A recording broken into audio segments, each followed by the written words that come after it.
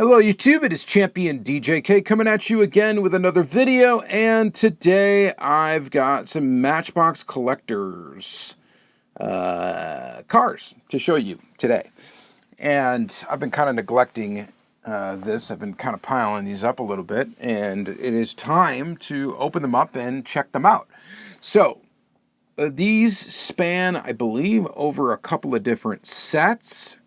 So I apologize about that. And I don't know what wave is what wave and what, and I have no idea. And not that it really matters. You can probably find these all on the pegs still. At least some of them you can.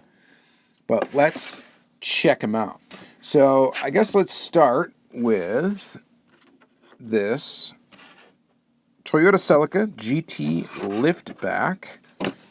So if you're not familiar with the Matchbox Collectors cars, they are essentially the premium Matchbox that's on the pegs. At your Walmarts, at your Targets, and it's Matchbox Collectors. Some of them are the moving parts castings, some of them will have rubber tires. Actually, I think the majority of them have rubber tires. Maybe some of them don't. I guess we'll find out as we open them up.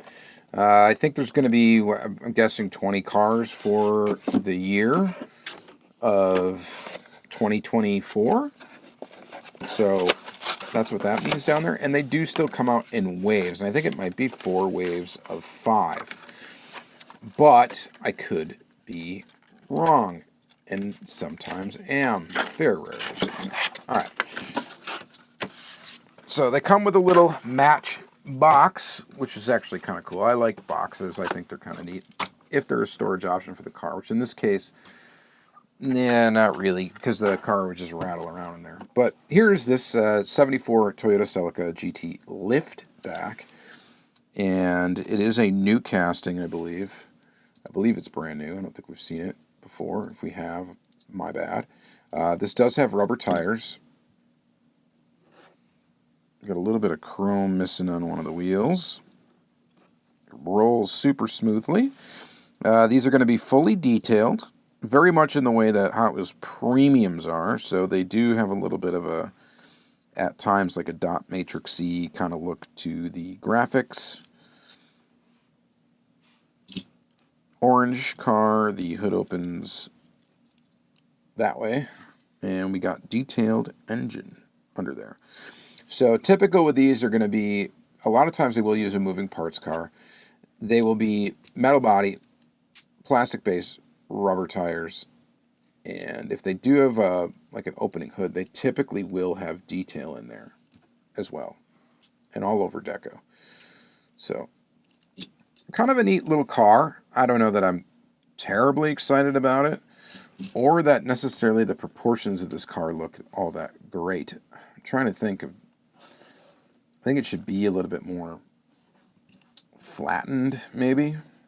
You guys let me know what you think about it, but that's what it seems like to me. But it doesn't look bad. It's kind of a cool car, kind of an obscure car, I guess, in a way. At least for us here in the States. But, yeah, at least I don't really remember it. Call it, or whatever, what have you. All right, next one we'll look at, let's look at the Mercedes-Benz 450 SEL. This is another moving parts casting. And it is, we've seen this casting before. I think it's been in the basic moving parts set. And it might have even been in the collector's set another time. So this one we get in kind of this copper, gold, bronze, brown. I guess brown really is what it is. Rubber tires. Rubber tires that kind of look like plastic tires. We have opening doors on this model, which are okay. Not a lot of molded detail inside that interior. It's kind of weird that they don't cut more into the interior and kind of make it a little bit more detailed. It's got to be something with like maybe minimum thicknesses of parts or something to make it ages 3 and up or whatever. Something to do with that. I'm sure there's some constriction to that. And headlights look good. Base is kind of a charcoal gray with this color brake plastic piece. It's actually a separate piece. So this that comes around here, and it's the grille, bumper, and Yeah, that is a separate piece for the bumper. So it's one more plastic piece in there. And then, of course, an opening door, which looks okay. It's just door gaps are abundant with these opening doors cars. Plus, the other thing that happens is when they do a line across the side, you can see that that clearly does not line up. Where this side it does, and this side actually, I think it's because they just missed. Yeah, they missed the tampo on the door. So that looks a little goofy. Other than that, the model's not bad. It's just not. It's not that great. We'll kind of get better as things go on here. Let's. The next is the Subaru BRZ, and kind of boring. I don't know.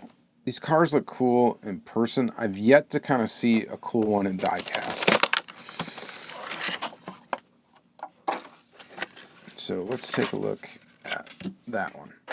And yeah, I mean, the main problem with this one is how the wheels look on the car. They're rubber. That's cool. They're just like, they're set too far in. They're too big. I don't know. They're just not, proportionately, this ain't looking that great. So this particular model does not have any opening features. Still maintains a plastic base, metal. Actually, this one has a metal base. Yeah, that's metal. All right, well, it's got a metal base, and it's got rubber tires. That's why it's heavy. But no opening feature, and honestly, the wheel choice on this, it just doesn't look all that great. Proportionately, it doesn't look all that great. And to me, you know, sorry to the designer of this, it just doesn't look, I don't know, something is not right about it. I don't know what else to say. Especially with the wheels. I think the wheels really make it have an issue. If you could maybe, I don't know, lower the car. You need smaller wheels. It needs smaller wheels, I think. And the wheels that are on the side here on the art are completely different, which is a little weird as well. So not sure what went on with that one, but not Matchbox's best work. All right. 32 Ford model Roadster. This one actually looks pretty darn cool. I like the color scheme. I like the wheels on it.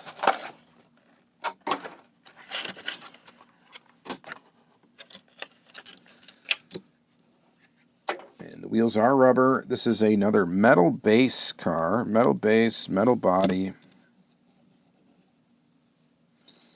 I actually quite like this a lot. I think this looks pretty cool. And this is not typically, you know, stereotypically the kind of car that I would be into, but I think this one looks pretty awesome.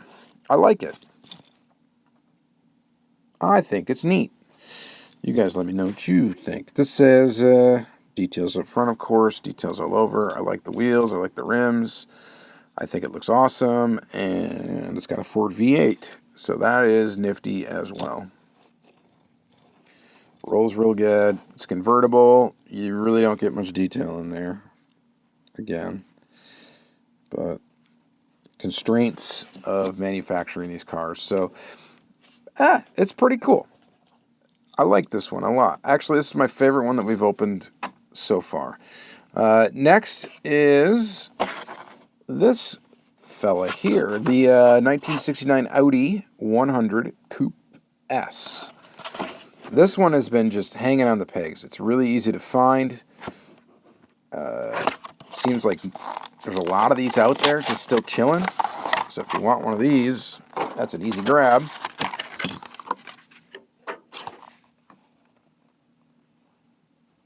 So, yeah. Why? I don't know. Is it boring? I'm not sure. It's an Audi.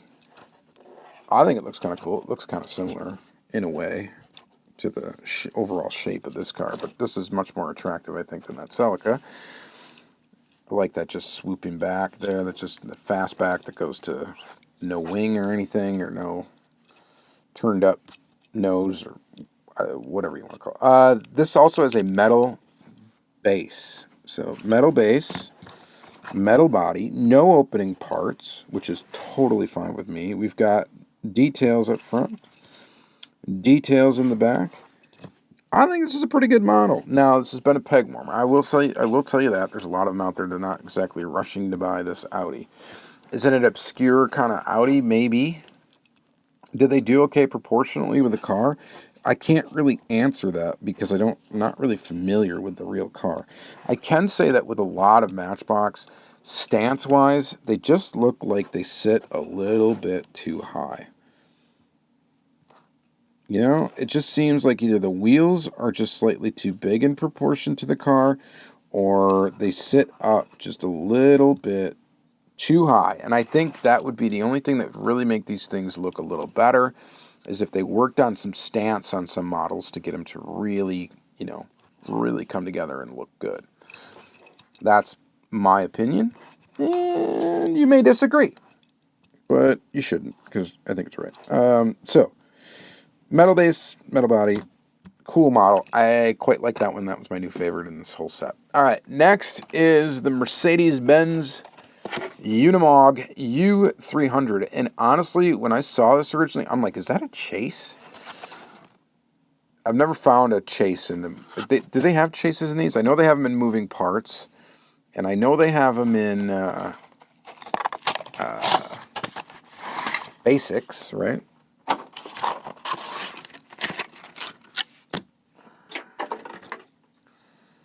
This model's cool. It's an older model, right? Yeah, 2005. I like the camo on it. I think it looks awesome. Matchbox little logo on the side there. Of course, rubber tires. Plastic base. No opening features. It's got a trailer hitch in the back, though. It is a completely matte finished paint. And actually, I like this one quite a bit. This is a really cool version of this Unimog. Rolls really nice. Stance is nice on this one. The tires are appropriately sized for the vehicle, which I think is good. And overall, this is a really cool one, actually. I'm digging it. We'll put that right up here. All right, and then lastly, what I assumed was going to be my favorite in the set. This is the 1993 BMW M3. This one does have an opening feature, and it looks pretty good. Now, I know that I think they released this car. I'm going to open it here real quick. I think they released this casting. It's like a Matchbox Collectors, like an online Mattel Creations piece as well. And why buy that one, I guess, if you can get this one? At least I thought they did. I could be wrong. So this is in shell livery. It actually looks like a race car, and it looks really cool. So I quite like this one a lot. This is definitely going to be my favorite. We do have an opening hood. Not a ton of detail in there. Don't really matter. I don't open those very often. And we got the dot matrix look on the, you know, and all the graphics and all that stuff, but that's to be expected. And overall, I think this is a really cool model. And I've seen these in the peg, so they've been somewhat easy to get. Definitely a winner for me. I'm digging this one quite a bit.